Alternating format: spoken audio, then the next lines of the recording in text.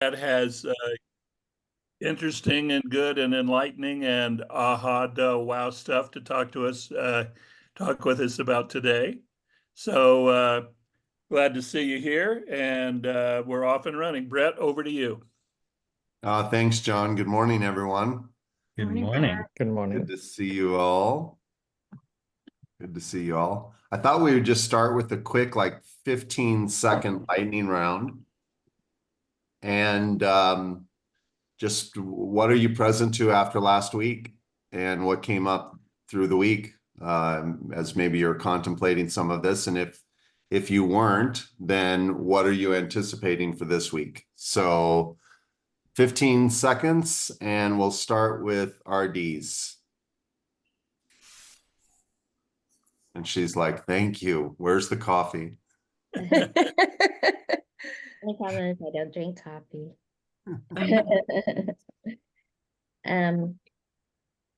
I always get a lot out of when you talk about TribeUp. But I really especially when you're talking about honoring your time. And kind of the present is 15-minute intervals. And I was sharing with Lydia that back in college, I had a friend that scheduled his time in 15-minute intervals. And I used to try to knock him off his game. Be like, come on, loosen up a bit. And it's just funny now I do the same thing. Good for you. Yeah. Good job. I will pick Christian. Hi there. Good morning, everyone. Couple of things that I got. One was similar to RD's, really valuing my time and others' time, actually. I noticed the past week, I've been very mindful about when requesting time of others that, I come prepared and be bold and succinct and so forth because I'm respecting their time as well. And then the other thing I just want to say is I'm really looking forward to this conversation because I'm in the conversation of networking right now, in general, and expanding my networks overall. And so it's so timely that we're entering this conversation. So thank you for that. Brilliant, Christian. There's a long chat we should have at some point, not in this session, about valuing others' time and where I'm kind of going, where that seems to stem from. So I'm glad you brought that up. Awesome. Thanks, Brad. And I'll pass it to Lydia. I drew a line in the sand moment, and that caused the opposite to show up because I really created at the end of our call. I'm going to be very rigorous about this. And of course, what happened was stuff coming in that I really needed to sort through at lightning speed. I used Brett's matrix example of dodging bullets. And by the end of the week, I felt like, wow, I've had a workout. I've done my sit-ups. I've worked my core. It's been a choice in those 15-minute increments, and it's been really tough and challenging and breakthrough. Awesome. And Max Paul.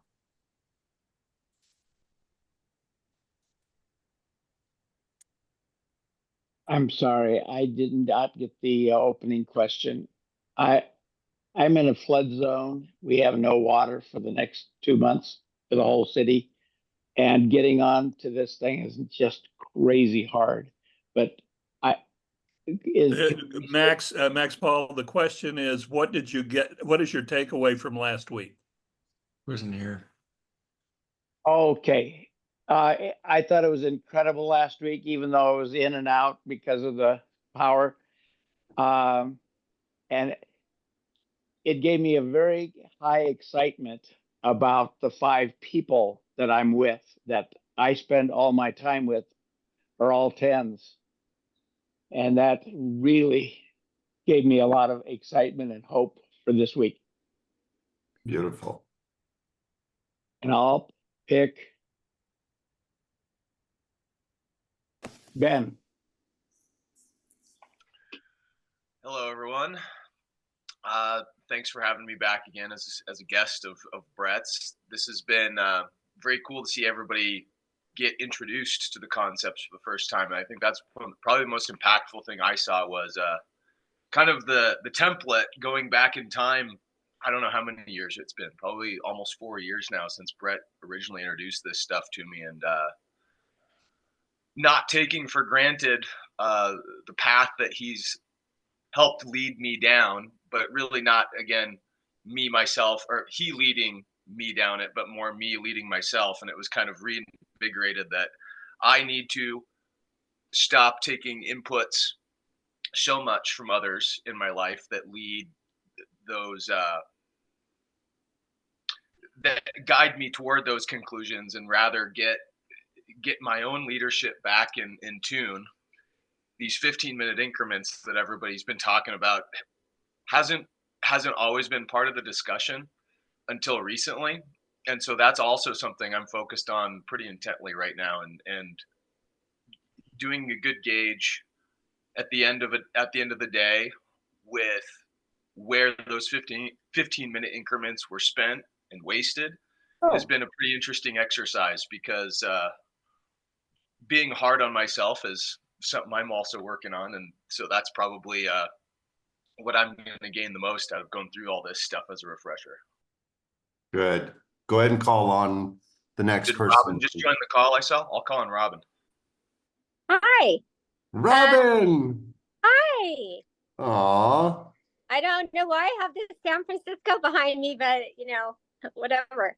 It's great.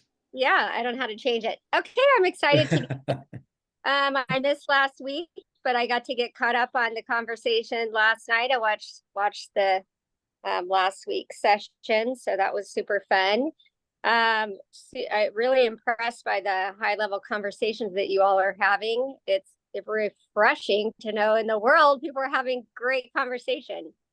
I guess I've heard this from John before, but it really kept sticking with me, this being in the conversation, from the conversation, or from as opposed to in. And I think it stayed with me as I was dreaming last night. I was kind of witnessing my own dreams, my own thoughts from a different perspective. So watching this last night is already seeking into my brain, and I'm excited to be here. Yay. Okay, Robin, the way the riff works is you call on the next person. Yeah. I don't know who the next person is. Could it just be anybody? It could be, yeah, there's Peter, Tia, Allison, Max Miller, Ross. Has Allison gone? Yeah, No, I call can them go. us. Okay. Good morning, everyone. I too was thinking of, power of presence a lot last week after our call. And specifically, I know there's the lens of time, but me personally, what I was reflecting on after the call was the effort and energy expenditure. I ended up coming down with some sort of cold toward the end of last week, and it's a little frustrating when you're trying to give your time and energy to the people around you, the projects around you, the things around you, but remembering you have to fill your own cup too. And part of that energy and part of that presence, it needs to come back to you too. So that's what I was reflecting on after last week. Well done. Yeah. Okay. Who's on here? Max, have you gone yet? No, thank you. Welcome. Thank you, Allison. I went through my notes almost immediately afterwards, and the thing that jumped out at me was, I think, something that Brett said about become more invested. And I wrote down next to that a little verse of scripture that says, where your treasure is, there will your heart be also. And I so often fall into this thinking about, your network is your net worth, like thinking of people as resources. But if the shift for me is really listening to people are what it's all about, period. End of story. There's no means to ends there. It's just that's what it's about. So I'm seeking to become more invested in my network. I'm glad you brought up that scripture, Max. Back in my scripture days, that was one of the foundational ones. And it's stuck with me now 30 plus years as very foundational. Yeah, thank you. Let's see, Conti. Good morning. Good morning to you all. Yes, thank you, Max. For me, it's about value. So network is your net worth, but it's also the value of those relationships. So I've just been approaching everything with that focus for the last week, and I'm having the best day ever. And it's ending seeing you all, so brilliant. I'd Great. like to call on Tia. You have Annika, Sakina, Tia, Peter, Johar left, I think, David Hickey. She called on Tia. Hi, Oh, sorry. Sorry, Tia. it's fine. Good morning. Good morning. I was out of town this whole last week, but I definitely noticed that there's a shift in my valuing my own time more rather than giving it away to just anyone who asks. And I think that's sometimes new for me. Specifically noticing where my time was being given and what impact that had on me. So just being more aware. Beautiful.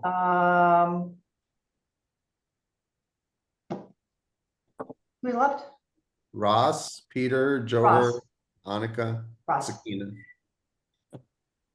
Thanks, Tia. Good morning, everybody. What's really hey Brett, what's really present for me now, and what was present for me probably just a few days after the talk, was strength in numbers, and specifically there was a phrase you said, which was we say strength in numbers, but do we actually perform that in our lives? Is it in action? Or do we go it alone? Do we really go it alone? That was the question I was asking myself. And so I found myself this week being aware and being mindful of, when I don't have the answer to something, don't get stuck up here. Get out in the real world and go to my network and try to get out there so that you're just not stuck up here. That's what was present to me. And that's where the strength is, right? The strength is with the network, with the people, with the ideas that they have. So I'm not so centered on only what I know.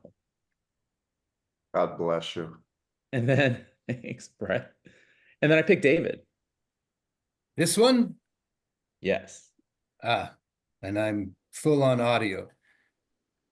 And this is very interesting for me.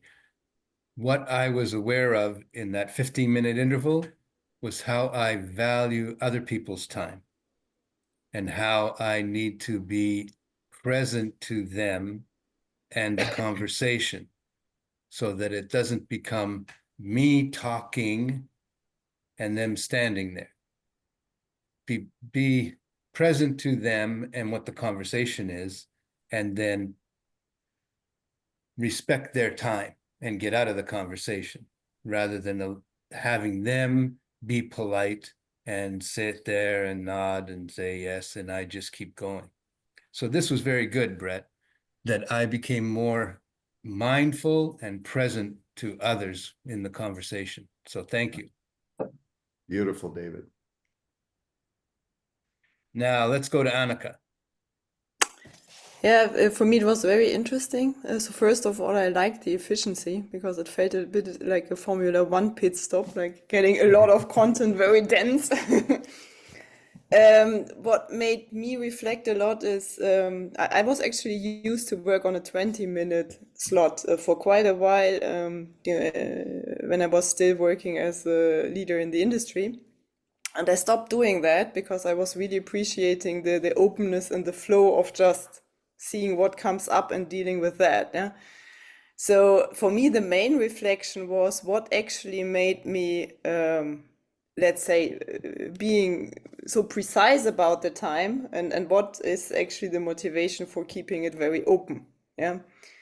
And so I was more looking like, what are the drivers that would get me back into saying, okay, I'm putting those, the 24 hours, I'm really using them for that thing. Yeah.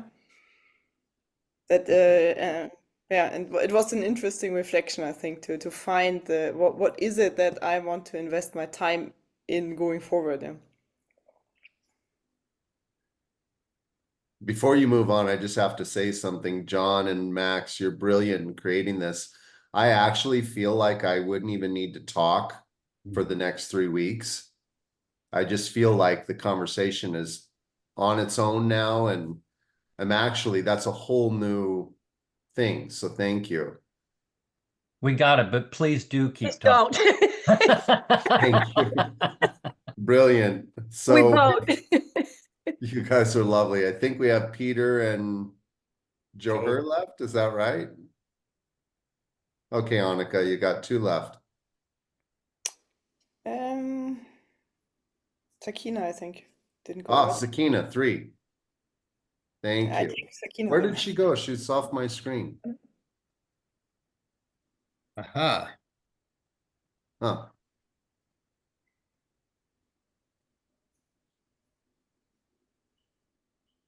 Maybe Peter. She's coming back in now.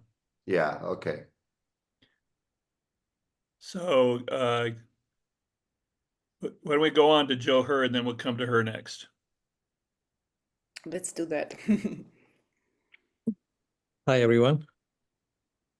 Good morning.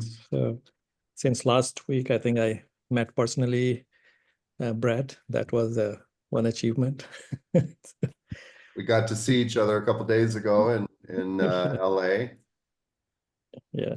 So I think from last meeting, most people, I think, focus on money. So what you, I think, been preaching and John King is preaching is time, money, and energy.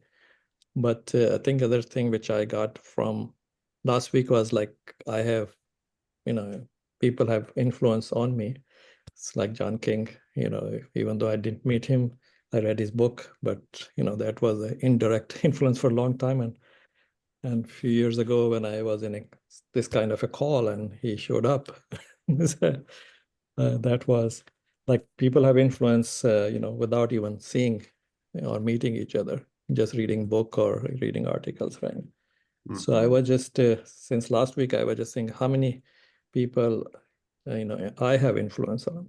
And I was trying to create a list of those and see like, I'm spending my time and money and energy, or I'm just wasting my time because nobody I can influence.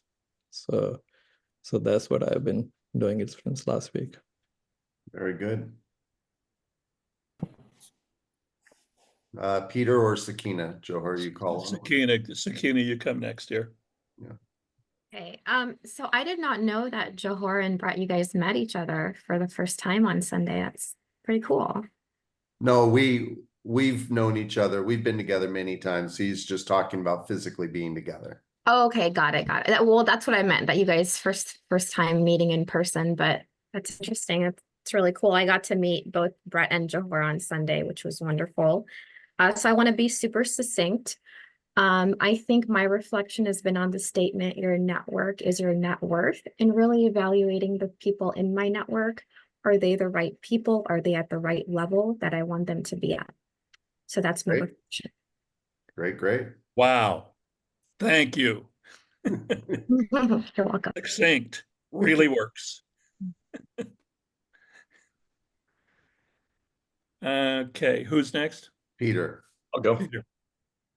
I've been president of choice when it comes to the circles and the reality that you can't have as many people in the inner circle and the outer bands as you might have, and really the choice of who do I don't choose, who do I not choose, right? And really thinking about it in terms of energy and passion and which way do I want to go? Not that somebody's not worthy, but that it's my choice.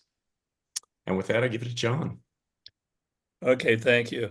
With me, it is a conversation of being present to, and how we're thrown to be present to our own opinions, assessments, judgments, and points of view, and speak from that, as opposed to being able to set that to the side. So that's a thrown position.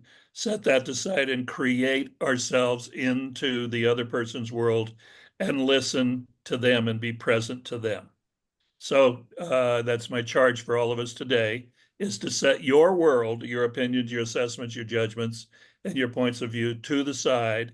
And setting your world to the side, put yourself over into and get present to Brett's world. Okay, Brett? Thank you, John. I think there are 2 or 3 points from last week I want to just clear up. And first of all, I want to thank Allison. Allison, you've made my heart so happy. You've all made my heart very happy, which is really brilliant. But Allison, the work you've done on the presentation and the slides, timely, everything perfect. Thank you. Ross, was it you, strength in numbers? Yeah, one of the great things, I'm glad you're dancing with that. One of the great things that happened for me that might help everyone is I rearranged the words and I said, my strength is in numbers. So strength in numbers is almost like, okay, it's out there. Then I kind of reframed it. My strength is in numbers. And I started operating even better from that position. So just a little pro tip there. The David Hickey, there was some dialogue with you and we realized we needed to create some new slides. So Allison, if you wouldn't mind bringing up the crossing of tribes into your tribe, and we'll talk about that for just a minute. I need permissions to share. Yeah. Oh, yeah. Please.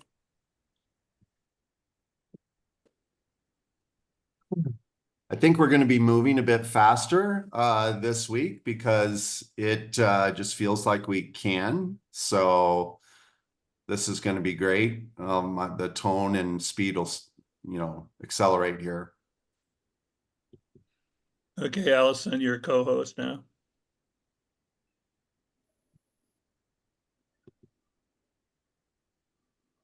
Let's see.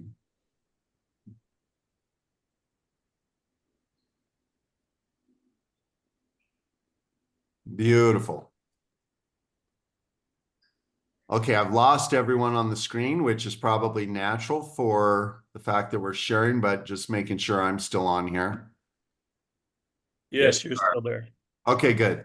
So here's the way this works. There are 2 different concepts at play here. One is your tribe, and then there are tribes. They're 2 different things. And your tribe, if we were to take away those words, we could replace them with your social construct, or the social construct that is immediate around you. We could replace it with your sphere of influence. There have been many, papers and teachings on sphere of influence, or it could be considered your network, but distinguished out and defined deeper than just your network. It could be community, but I didn't feel any of those words really resonated to how sacred this felt to me as it was constructed. And so that's why I decided, despite any confusion it could create, that the best word was your tribe. The best words were your tribe. These other circles represent tribes that you belong to, such as work or where you practice or worship. It could be your church, or it could be yoga. It could be any practice that you have, and that group or that tribe is kind of a tribe on its own, where you recreate, or your hobbies or your interests. Maybe you're a hiker, and so you belong to, a hiking club or a hiking tribe. And then there's your family. And what you'll notice about these circles is they intersect with your tribe. Now, I believe, I don't really have any science to prove this, but I believe that we interact with somewhere between 3 and 10 tribes. Anything more than that, even 10 is a lot. And maybe it's just because I haven't dug deep enough, but I think 10 is quite a lot of tribe to interact with. But I think primarily you interact in somewhere between 3 to 4, maybe 5 tribes, and they might look something like this. So now you can see almost start to form proportion in which you're interacting in these different tribes. Now, for a lot of people, what do you think the biggest tribe they interact with is? Outside of the concept of your tribe, what do you think the biggest tribe is that they're interacting with? Family. Work. Interesting. Yeah, I would say family and work, but I would say work. You know, Allison, do you mind if I use the example of Dana? Are you there, Allison? Sorry, I had to find the mute button. Feel free. Oh, yeah, okay. So Allison was working at this beautiful yoga place in Scottsdale, and the owner, who's a lovely human, Dana, they were working a lot together. They were spending so much time together. And I made the comment kind of flippantly to Allison. I said, yeah, Dana's in your inner circle. And she's like, no, we're not even really that close. We just spent a lot of time together. And I'm like, that's why. You're spending more time with Dana than you probably do any other person on earth, except maybe Ben. And so by default, Dana, through the work tribe, is actually encroached quite far into your tribe. And then you've got to measure, is that working or not working? Is this a relationship that really should be inner circle or not inner circle? Because that can easily happen by the time spent. Now, go back to what Jim Rohn said. You are the average of the 5 people you spend the most time with. So if we believe that is somewhat accurate, then it is about time. And that is why we've had so much dialogue, and why you've all brought up time so much, is because I think we're realizing that this is about the allocation of time. Okay. Now, here's the way this works with tribes. Let's say you work for a corporation that has 1,000 people. Do you interact with all 1,000 people? No, you don't interact with all 1,000 people. You belong to your work tribe, and your work tribe is ABC Corporation. You belong there, but what could happen? You can leave that tribe, or they can ask you to leave. You can never leave your tribe. The intersection you see between work and your tribe, this area, the fish, that area of the intersection is the people in your work tribe that you interact with frequently. And some of them are in the ping circle, some are in the next circle in and the next circle in, and even some, like in Allison's case with the yoga studio, encroach all the way into the orange, into the inner circle, because of the frequency of time. Okay, so go ahead and stop sharing there, and I'll just pause for a second. Are there any questions or comments about that? No? Okay. Brett, good. David, yeah. What comes to mind when we look at that diagram, what comes to my mind is we don't see the flow. So if we could animate that, you would see work floating in, floating out. There would be an intersection of like less quantity. Yeah. And then it would rotate in as you spent more time. and then rotate out and then work in hobbies. If you had a hobby that took you on motorcycle trips, so you'd go with a motorcycle group, then that tribe would become more of an inner circle. And then the trip is over and it would move out again. Kind of, maybe, possibly. Dance around with that some more. But yeah, I think it's a good point you bring up. And Allison, boom, boom, boom, show your magical slide that illustrates. We're working on some of the animations. We've been playing with different platforms, but that is exactly what Brett and I were talking about brainstorming last week. Drawing it out was easier than getting it on here, but I admire you for being able to even get it close. So go ahead and show that one. David, just for you and everyone else.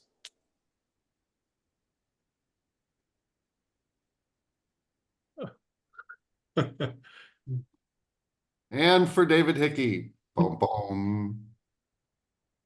There you go, David. Thank you very much. So of course you're all ahead of me already. No, you're leading the way. I'm going to turn this conversation over soon. Okay, Allison, we can go to the next slide, and I think we're on to Ping. Yeah, so just wrapping up Ping, I think everyone was, Sally joined us, and I'm glad to see you, Sally. I don't want to disrupt too much, but I just want to acknowledge that you're here. I think you are. I lost my screen, but anyway. I'm here. Thanks. It's good to see you all. Yeah. Much love to you and everyone around you. Thanks. So Ping, this is the circle of discovery. And what I think I want to leave you with in this circle, because we did cover it last week, and if there are any questions, we can certainly, because I can't see you, if there's a question, just speak up and I'm sure I'll get stopped. But Ping is about touch. It is your access to the macro, to life. And you're touching people, places, and things. And you're, to Peter's point, this is about choice. And what you're going to, if we get to it today, what you're going to see are the 7 eyes. And the first eye is choosing for importance.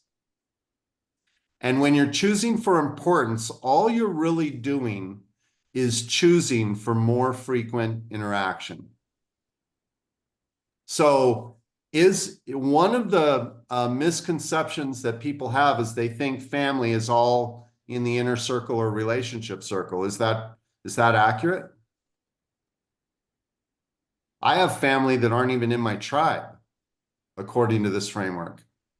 I have family that in blood and relation are very close, but are in my Ping circle. So just because you call someone you're going to see a different definition of relationship in here, but just because you might refer to someone as a relationship does not mean they're in the most inward circles in your tribe. I've got this great friend I haven't talked to for 10 years. This one always draws up a lot of resistance. My question is, if they're a great friend, why haven't you talked to them for 10 years? If I was your great friend, I would be missing out if you hadn't talked to me for 10 years. What I think we're really saying in that is, I have an affinity for this person, or we had a great relationship. Johur, when we first started this work, and I had this talk, he had people he had not talked to for years, and he's like, why did I do that? And he reached out and rekindled some relationships, and now is in dialogue at least, once per month, once per quarter, but it's no longer 10 years away. If you had this affinity for this person, unless that resonance isn't there anymore, what this can remind us to do is, they're not even in my tribe if I'm not interacting. See, I feel just to simplify and make it manageable, not for debate and argument about what it really is, but just to make it manageable, that life is interaction with people, places, and things. And your tribe is just life, but more frequently. So ping is about crossing into, from that outer black edge, crossing into slightly more frequent interaction. And in this circle, we're just doing discovery. And then judgment and assessment and choice. And the choice is importance. And when you choose someone important, you move them mentally into the next circle. Now, Allison, if you'd go ahead and bring up the next circle. So the main thing here, the theme of this circle, by the way, is follow up and follow through. And I believe this is a very sacred crossover. And if you get this one thing, if we get this one thing, because I still don't get it after many years, I still don't get it. I'm getting it all the time. But if we're getting this one thing, we're really advancing. And that is, in your tribe, if you are going to move someone into this circle, a new responsibility forms. And it's the responsibility of follow up and follow through. No delusion, no illusions, self-honesty, self-honor, and the honoring of others. If I move someone into intention, then it requires something of me to nurture them, or else it's not intentional. Intention in itself is a responsibility, or else it's not intention. It's empty. So the crossover into this circle means that I am committing to nurture this person and Max and I have danced around with this, with John, Max and I, and this is a dance you're going to continue to make throughout this journey, that you're going to continue to have. But are people a means to my ends? Well, the answer is, and I'm hesitant to bring it up because it's a tough one, but yes, they are. If you're living your life by design, if you're growing a business, do you just randomly choose people and hope it all works out? In your romance, did you just go, not really my type, don't really like them, but they really need a lover, so I'm in? No, you choose based on what you want, right? We're choosing for ourselves, but here's where it gets a little sticky. Some people begin choosing for themselves, choosing for their self-interest, and it never shifts. They begin to extract, manipulate, coerce, control, and they begin to try and make life what they want life to be based on the people they've chosen. So I chose you, and you haven't quite worked out the way I intended you to. Now I'm going to make you work out the way I intend you to. And that becomes problematic. The art, living life as a work of art, and the art of your tribe is that you choose people that fit.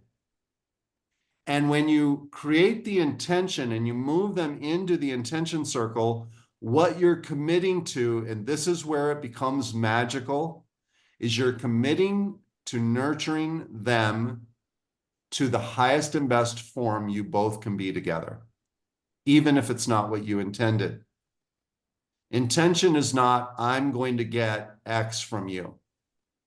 Intention is, I chose you important for a reason. Now I'm going to nurture you into the highest and best form that we can be together.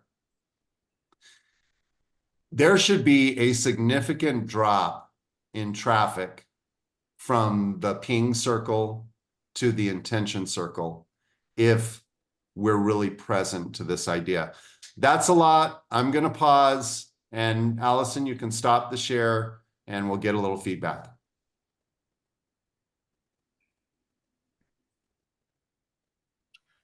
Can I add something to the dynamic of the circle too, Brett? Just the intention. Just the intention. I want everybody to remember it's people, places, and things. And something struck me when Brett was talking about nurturing the people in your life to the highest and best possible. I do this with dead people all the time that have written profound things down in books. I can't interact with them. But when I intend to absorb an idea that they're trying to convey, you sit down, you give your intention, you plow through, and you make it to where you interact with them in the best way possible that affects you the way that it will. Don't judge it. Don't try and fight it, but absorb it and bring it into your paradigm in a way. And it also kind of struck me with, our nation navigation model too, Brett, where we're pinging and intention is kind of like mapping in a way to me, where if you can take people out of it for a second and say you're on your vessel and you are trying to find the Northwest Passage, that is your intention. Ben, I'm going to stop you here. In this, we should make our point and then allow others to come on. Otherwise, we're not going to get on. So you made your first point, and then you went on to a second point, which is a common thing that we do. Don't do that. Okay, then. David, go ahead. David was just agreeing because I see. That was a conversation I was having with David. As he does making a point, comma, making another point, making a comma, making another point until he's intervened upon. So that's what we tend to do. Yeah. Go ahead. Anyone else? I'd like to just say I'm really present to intention being this line in the sand, like it's like this sacred line you mentioned.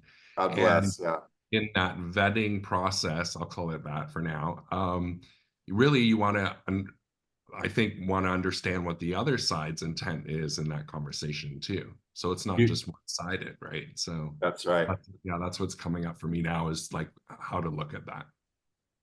Yeah, and discovery never stops. Just because the theme of ping is discovery, once you've hit the theme in the outer circle, it's throughout the other circles.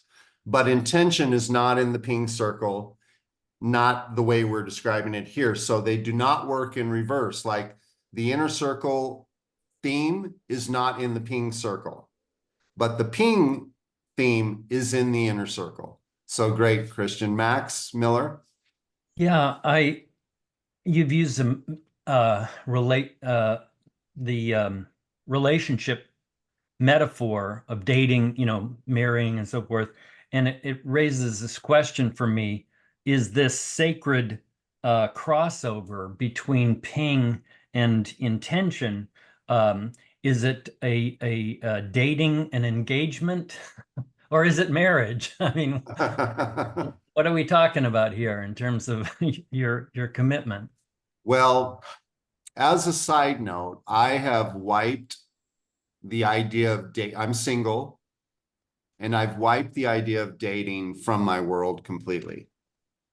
I only tribe with 5 circles.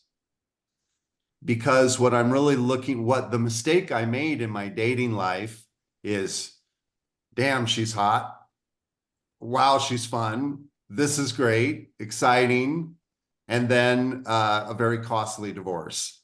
That's leaving a lot out in the middle and a lot of maturity that I had to experience. But when you tribe with people, you're always in discovery. You're always in so-called dating. Even let me step in, Brett. There's a distinction that a lot of you will understand, and if you kind of dwell in it, it'll be useful. And the distinction is that of identity versus capital S self-expression. So when you're pinging people, that's an identity-laden conversation. You're bringing people in because you like them, they look good, like you said, wow, she's hot, all of that sort of stuff. You're pinging them in.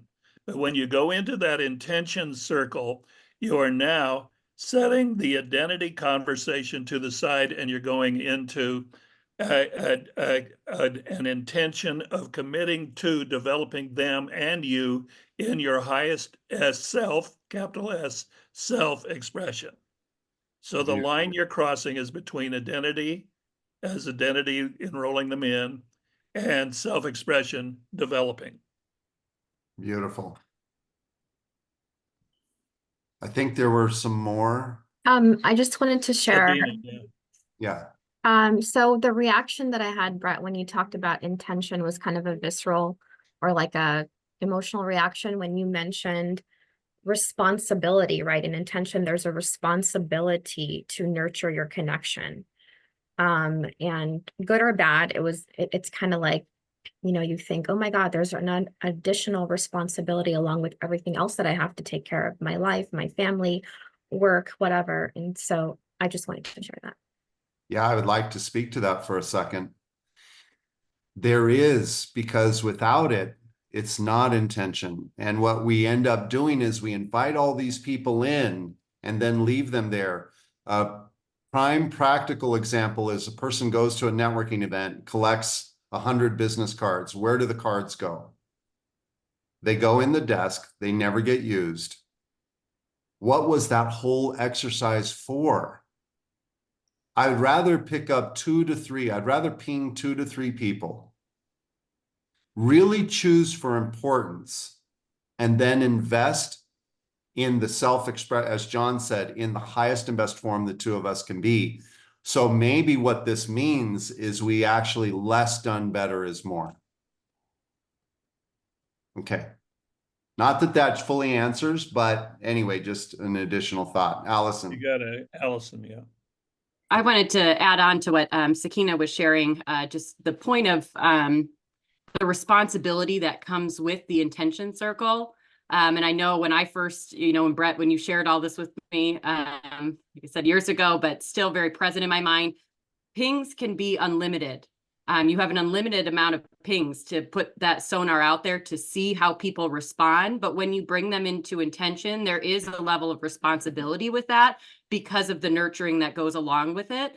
And Brett's going to probably get into nurturing a little bit more as you get closer to the center of your circle. But in intention, you're really thinking about your own self-interest, but also how do you nurture the other person? And because you have a finite amount of time, money, and energy, it's starting to be a little more scarce. You're not at the center yet, but it's not infinite. Like ping could be random, ping could be purposeful, but you can have as many of those as you want to kind of quickly assess, how do I feel after that? When you start to get into intention and you're nurturing someone else with that responsibility, you're going a little bit deeper with the amount of time, money, or energy that you're investing into that relation. So I just wanted to add on just a little bit there. Yeah, it's kind of the line, Allison, where you go from being a ping slut to being intention choosy. Yes, I love it, John. Ping slut. Billions and billions. Lydia.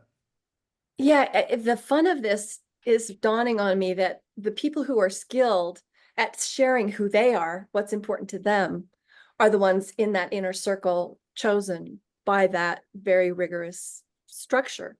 So it's really easy to quickly get at, okay, what can I be for you? And the reciprocity is just instant and quick if there's a click. And so there's a lot of joy and ease there rather than that burden of responsibility. You assume that you're playing with an equal right away. Yeah. The art in this is once you choose someone important, they're important because of pleasure or romance. They're important. We're not choosing them important in the world. We're not judging whether people are important themselves. We're judging, are they important to our life by design? And if you think you're not doing this, I would ask you to dance with this for a while. What I've witnessed, what I've observed, in my opinion, my assessment, is everyone is doing this, whether they know they are doing it or not. This is the homework, guys. This week. This is your homework.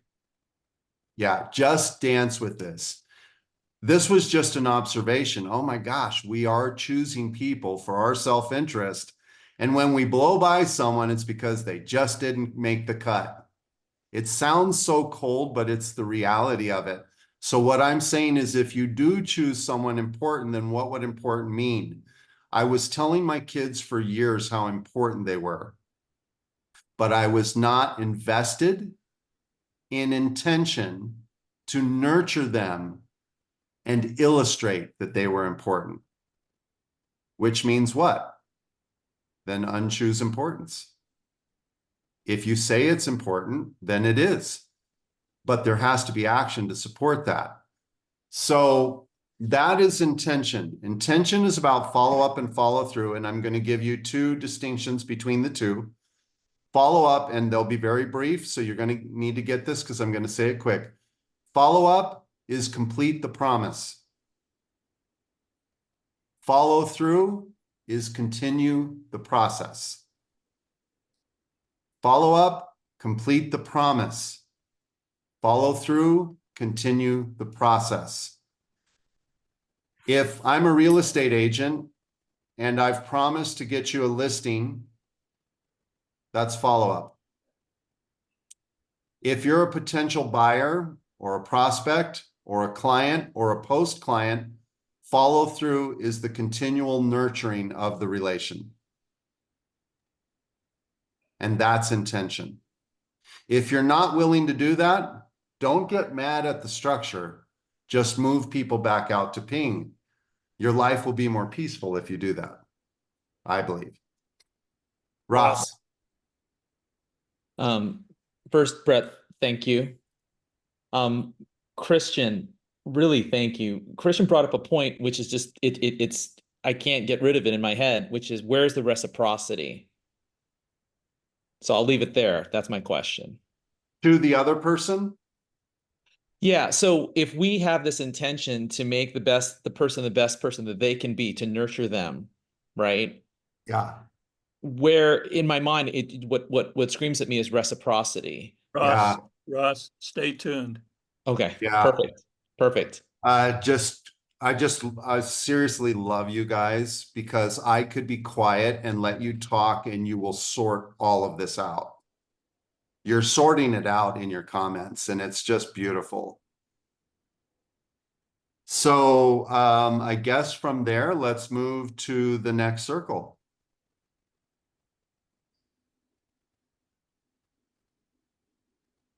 Connection. This is going to be fun. This is a circle where you need to set aside, again, whatever you think this word means, because this is likely not that. LinkedIn has used two digital rubbing of shoulders to mean connection. People meet someone new and grab a business card and think that's connection. We might have an affinity for someone and feel that's connection. It could all be right and it could all be wrong, but when a word means everything, to me, it means nothing.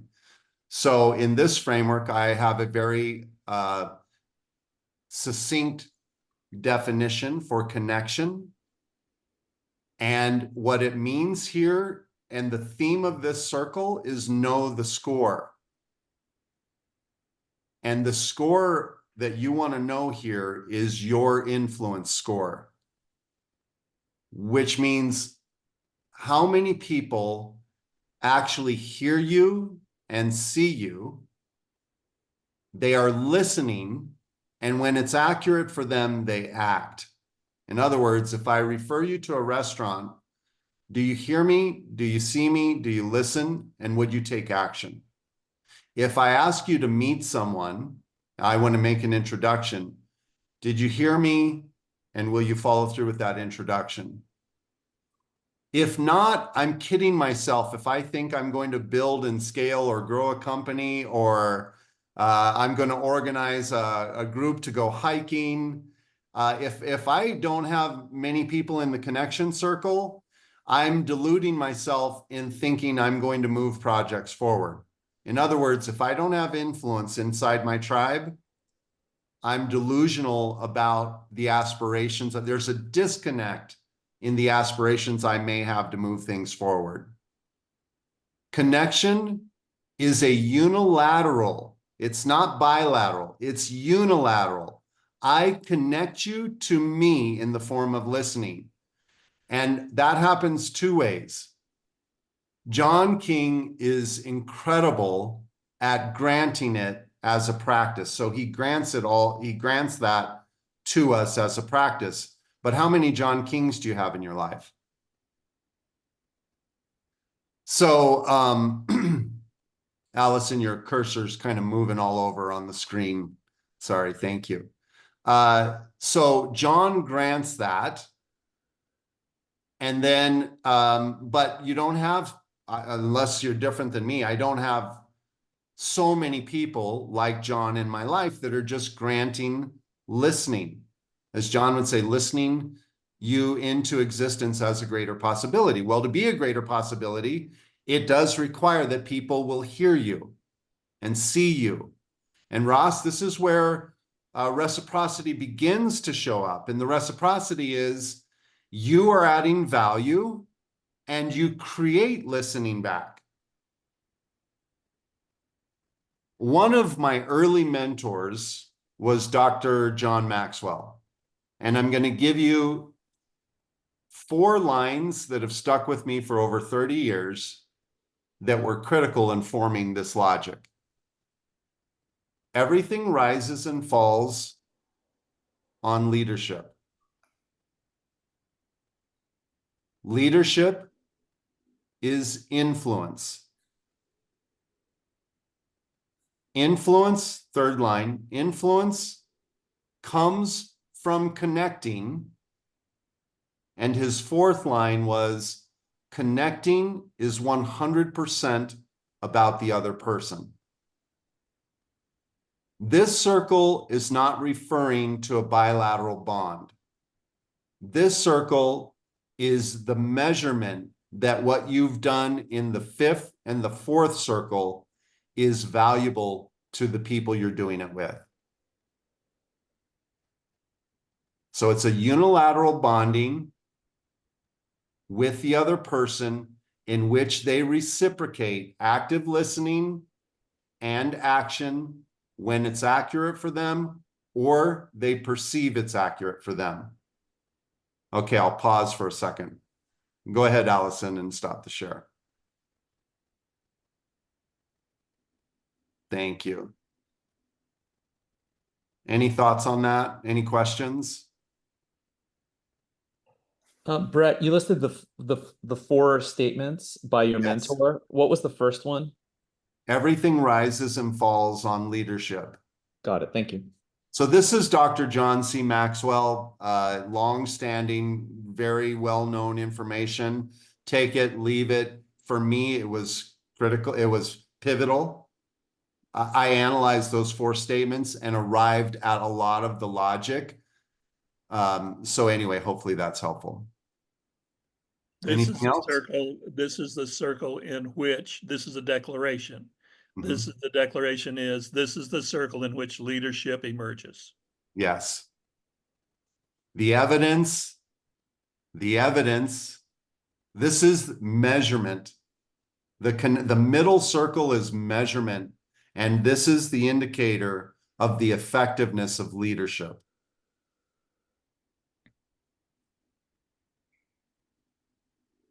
It's quiet. Allison. When we're thinking about like the numbers again of how many people, when we started with macro and unlimited pings and starting to be more intentional in that intention circle, connection is give or take about 300 people where you are, you know, adding some sort of value to them. You're working on that connection. You're authentically extending that care and attention. So it's even a more finite number, again, as you're getting closer to the inner circle. It can be, but what I would propose, and that's a good point, thank you, that's the way a lot of people see it. But Tony Robbins can connect with tens of thousands, and that's leadership. Depends on how large your tribe is, yeah. It depends on how large your influence is. Mm-hmm. So think about this, because you can get caught in the trap that this becomes finite. It's not. Did Gandhi influence more than 300? Read Did the Martin 4 Luther lines King? again, Brett. Read the 4 lines again quickly. Everything rises and falls on leadership. Leadership is influence. Influence comes from connecting. Connecting is 100% about the other person. Now, here's the interesting thing. Annika, I love the look on your face because you're very contemplative. So I'm going to call on you in a second. Go back to ping. Why did you choose them important? Then go into intention. How have you been nurturing? Now, the evidence of the choice you made at ping, the choice you continue to make at intention, is showing up in the third circle or not. And who's at cause? Who is at cause in all of this? You always are. So the mistake with the line in the sand, this is what the line in the sand is. Are you going to spend your life trying to get people what you want them to be? Or are you going to invest your life in choosing the people that are what they need to be with you, and for them? It's about allowing and tolerating or choosing. What most of us do is we choose someone, we chose poorly, and then we spend the rest of our time trying to convert, control, manipulate, coerce, inspire. Trying to fix people into relationship. Fix people into relationship. And then we start saying things like, I give and give and give, and no one gives back. Yeah. Yeah. I've wasted half of my life on you. Yeah. It's very quiet. Brett, do you? Oh. Sorry, Allison. Annika, go ahead. I was thinking about, you know, the connection in itself. Does it have to be personal connection? Or is it, because what you're saying, it's the ability to listen into what's going on.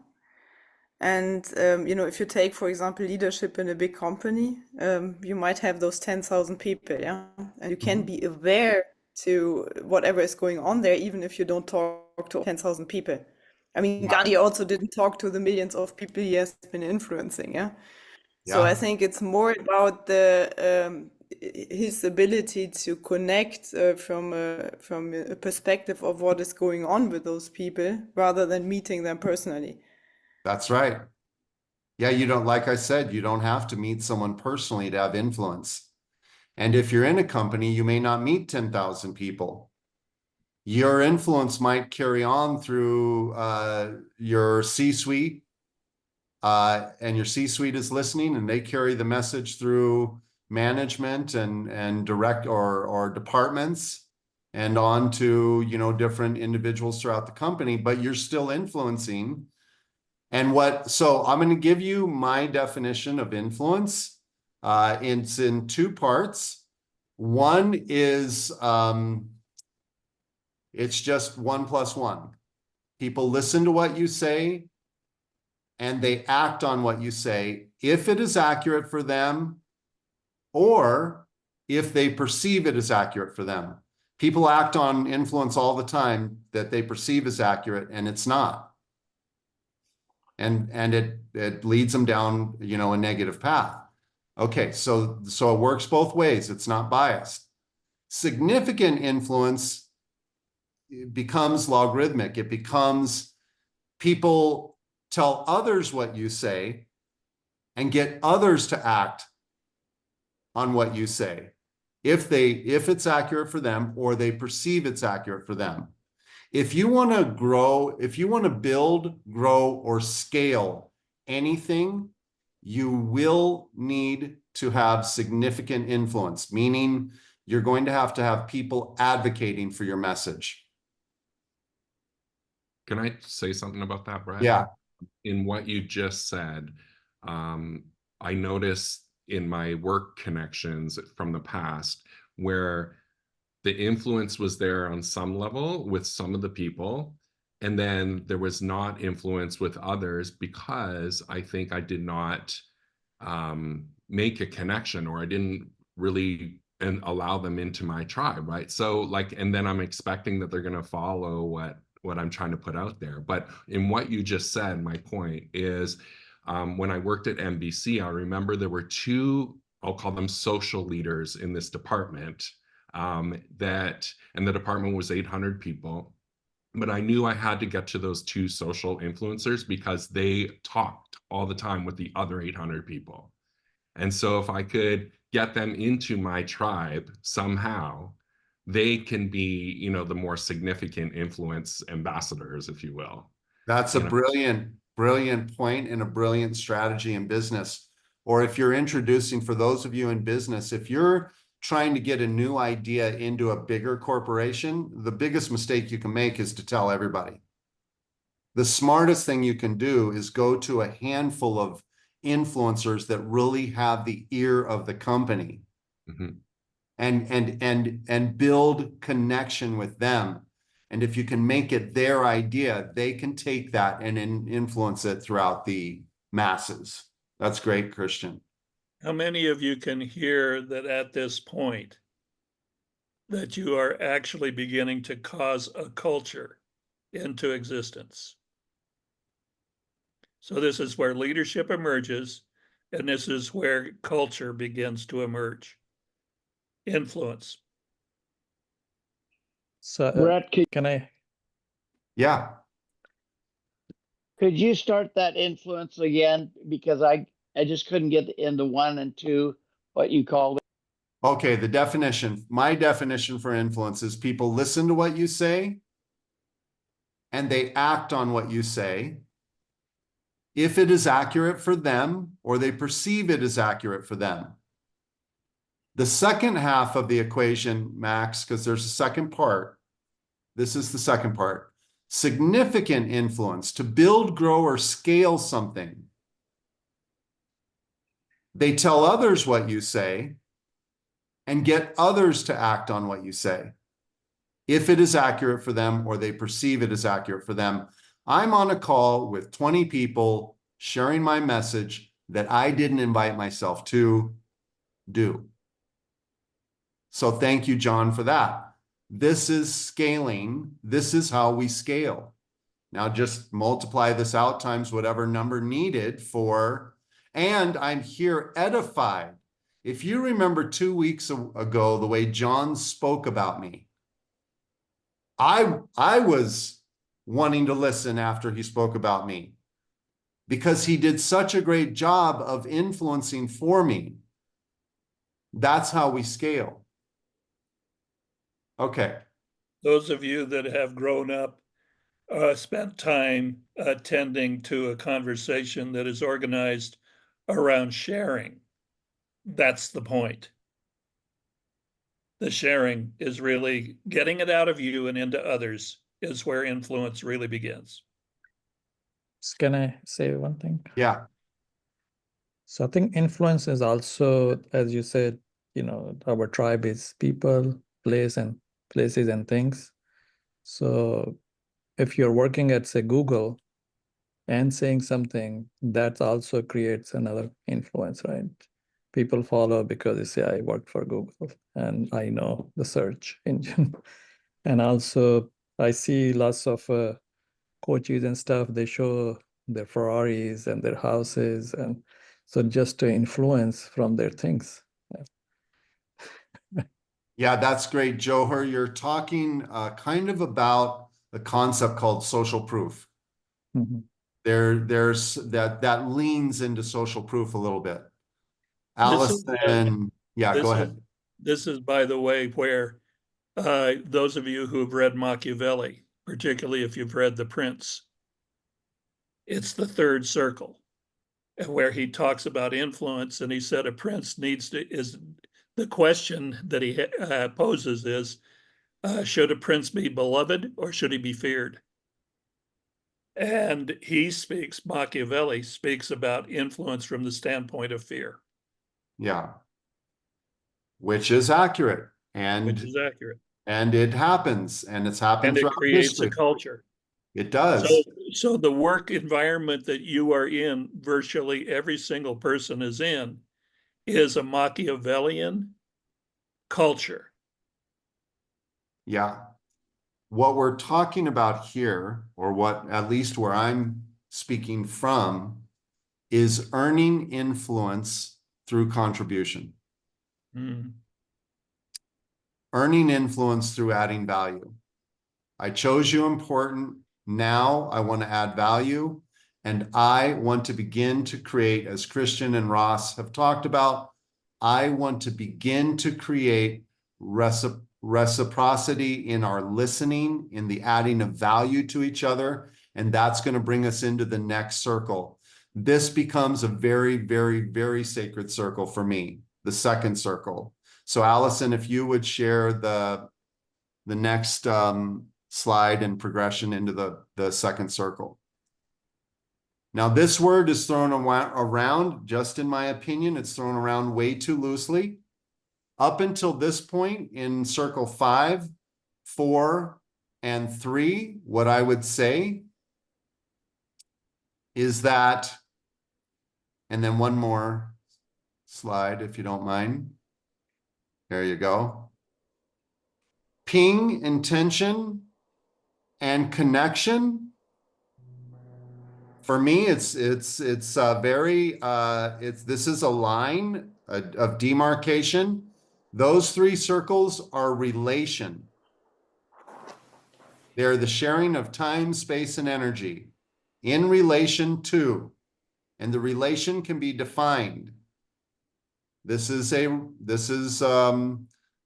relation of pleasure. This is a relation of collaboration. This is a relation of family. This circle, and Allison started to touch on this a little bit, this circle becomes finite. It becomes finite because the engagement, the frequency of interaction is higher. The interval is closer, so it's more frequent interaction. If you've studied Robin Dunbar at all, this would be Robin Dunbar's number of 150. I don't know that that number is exactly 100% accurate, but because each of us have the part of the brain that allows for meaningful relationship can vary in size in different humans. And so in this case, you know, if we want to call it science, which I think his studies were pretty scientific, then this number can actually fluctuate within a certain percentage. Well, But one of the ways that you want to look at it is most of us actually do not have the expanded capacity for relationship to 150 people. That's a highly leadership-oriented, expanded capacity for relationship. Most of us, we're doing good if it's around 12. Yes. So here's the thing. The theme of the third circle was know the score. The theme of this circle is reciprocity. This is finite real estate. And for me, you can call relationship whatever you want it to be. You can distinguish it however you like. For me, I require reciprocity in here. Now, I'm not going to make you reciprocate, but I'm going to choose those that do, because they are now encroaching on more of my time, more of my money, and more of my energy. I'm investing heavier in these people. Remember when we started and I said, your network is your net worth, your relationships are your riches. And I said, if I interviewed your relationships, would they tell me they are your riches?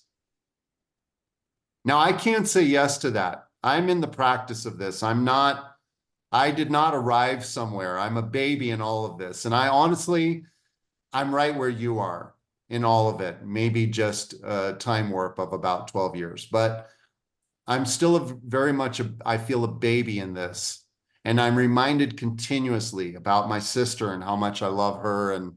and how much I interact, and my brother who I didn't talk to for 10 years, and my older sister, and people that I used to work with, people that I had a falling out with.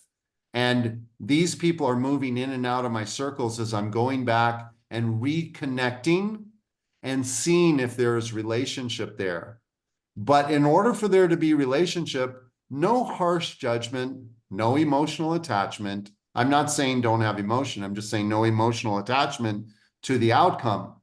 But if we're in this circle together, it must be reciprocal.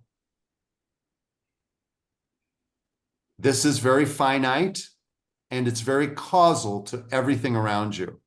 You want to build a big company. If this circle is weak, you're deluding yourself. If you want to have a great family and this circle is weak, you're deluding. You're delusional about it. I'm not trying to be harsh or mean, but what this should cause us to do is say, here's what I did with my kids. I lied and lied and lied and lied. You're important. I love you. You matter so much. Dad, are you going to come out this year? No, I'm busy, right? What am I really saying? You're important, but not as important as an appointment or my work or my company. So what I did, and it was painful, and I'm going to try not to get emotional, is I took my 3 beautiful kids and I moved them out to intention. And it really sucked to look at my life real and stop bullshitting myself about what matters. In this circle, if you are deceiving yourself, your life is reflecting it. This isn't my stuff. It's not Brett's theory. This is what is really around us. And people either feel they're important and they know they're important, or they don't, and you're investing or you're not. And they're reciprocating and they're not. And the biggest mistake here is we allow and tolerate rather than choose. Okay, Brett. Yeah. This is a great place to now get some sharing in. Yep. I think you just nailed everybody.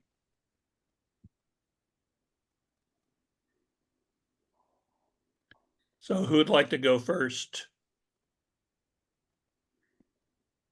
Tia.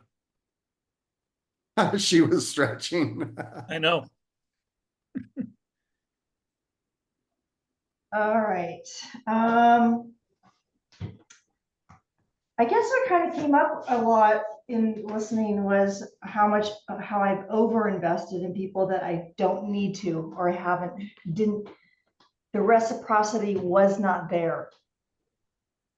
And that, even though I've made those changes and some of those people are no longer in my life, or I don't invest in them anymore,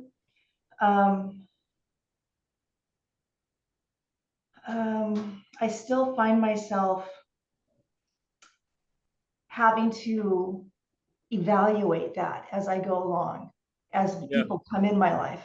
It's really good, Tia. See, this share right here is going to be the one where you confront yourself, where I've been such a fool. Okay. Max Paul.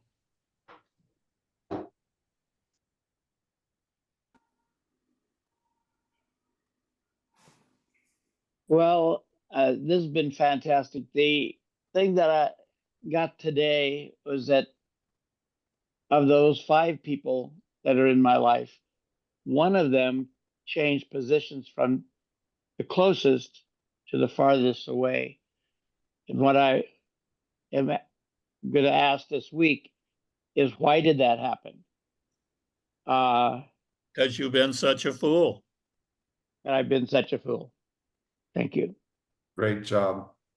Peter. Yeah, what's coming up for me is in the connection circle, it's who I serve. It's choosing deliberately the community, the demographic, whatever, that I'm going to go out and serve. And the relationship circle is who are my partners? Back to conversation John and I have had a number of times. Who are my partners in serving that community? Yeah, and we will be having that conversation presently, deeply. I'm not looking at all the faces because I'm recording a certain way. So Annika, there you go. Pensive Yeah, I Annika. was thinking of it a little bit like Tia as well. I mean, what I realized is that the relationship circle is often people I also come back to after a while naturally, yeah, because there is relationship even when, you know, things get rough or something like that. Versus people that are in a certain context and in a certain I don't know, life period or whatever, interesting for a reason, yeah. And I think over time, what I realized is the value of those relationships that have grown and been able to make the whole journey, yeah. Because there's I mean there's a lot of disruptions or even transitions happening in personal growth, and relationships that can walk that path as well are No, but really this very is really valuable. good, Annika. This is a place not to see this as an abstraction, a principle, or even a distinction, but to map it directly onto yourself. What are my practices? What are my routines in this matter? And as you saw, Brett said, and he had to actually manage himself when he said it, I had to take my 3 children and move them out of that relationship circle and move them out a circle. That was very, very, oh my God, what have I been thinking? What have I been present to? It's a very personal conversation. And the purpose of this share is for you to get that for yourself, because you get this. And what you're going to get is you're going to get a platform to really be able to build your life as a leader and as an effective person on. Let me quickly, before we go on, share what happened with my kids. I moved them out to intention. And what's the theme of intention? Follow up and follow through. I said you're important. I chose you important. I started this on the 15th. I fly to Las Vegas for 3 days with my daughter for a daddy-daughter trip. I call my kids every week. I text my daughter almost daily. I stopped lying to myself about what I called them in relationship, moved them out to intention, and began nurturing them the way I'm teaching people to rebuild the relationship with my kids. And from that, 2 out of the 3 are back in my relationship circle, and my daughter is infringing on my inner circle. Why, that little bitch. I know. Anyone else? I can go. Yes. Very Or present Christian, to yeah. very present to detaching myself from reciprocity. So just having the information from this session today now has I now have the responsibility to be in service to the world and others, and don't necessarily expect anything in return. And when it becomes a relationship, when I do get something in return, then it's actually a gift. It's my riches. So detaching from the need to have reciprocity is what I'm getting. I must And insert. and it's not that you now have responsibility, you are now present to the responsibility. Yes. Thank you, John. Yeah. I must insert this. Lydia and Ardis, after 2 sessions, sent me the most beautiful gift.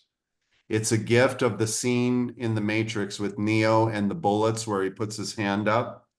And I have to insert this for you right here, Christian. Neo asks Morpheus, he says, "Are you telling me I can dodge bullets?" And he says, "When you understand what I have to show you, you won't need to." What I'm trying to say, the reciprocity will be there by the choices you have made along the way. The problem is we're choosing inaccurately and expecting reciprocity.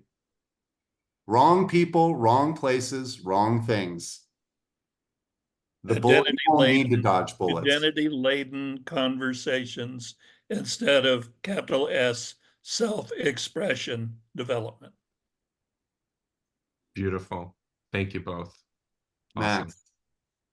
Yeah, John just brought it back up. I was really dwelling in the line in the sand from identity to self-expression, and I see that the whole conversation is about choice and intention as related to that divide. Great. Ross, I think. Thanks, Brett. What's present for me is actually my my failure to reciprocate to my brother. My brother has been nurturing me.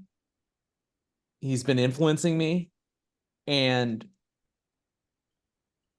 he's trying to draw me in, but I don't think I've been a very good brother, or at least a very good partner or person in this relationship with him. Ross, you're laughing because you don't want to cry. And I would say this too. That's really good, John. Ross, you know what? The biggest question here is just why. Yeah. Just why? Why are you resisting? Because you know what? Just because he's nurturing you doesn't mean you have to reciprocate. There may be a reason you're choosing not to. I would ask why. Yeah. And then when you ask why and you get an answer, I would ask why again. And then when you get that answer, I would ask why again until you get to the bottom of it. Thank you, Brett and John. Okay, can we can I just say something really quick? Yes, and we've got 3 minutes to cover inner circle, so. Okay, this is really quick. What I get is I've been operating in these circles without knowing what the circles are. So I have no value to bring, no effectiveness, because I don't know where I'm at. There you go. I'm in relationship with you, but you're really out on the ping. And my inner circle is whatever I'm doing now. These distinctions now give me power to effectively be in each circle and recognize what I have considered to be you're in this connection circle and you're not. And how do I create that circle again? How do I create my tribe? Yes. And thank you. Okay, Brett. Well, we're at 8:28. We have 2 minutes. Allison, if you could show the inner circle, I guess I'll touch on that.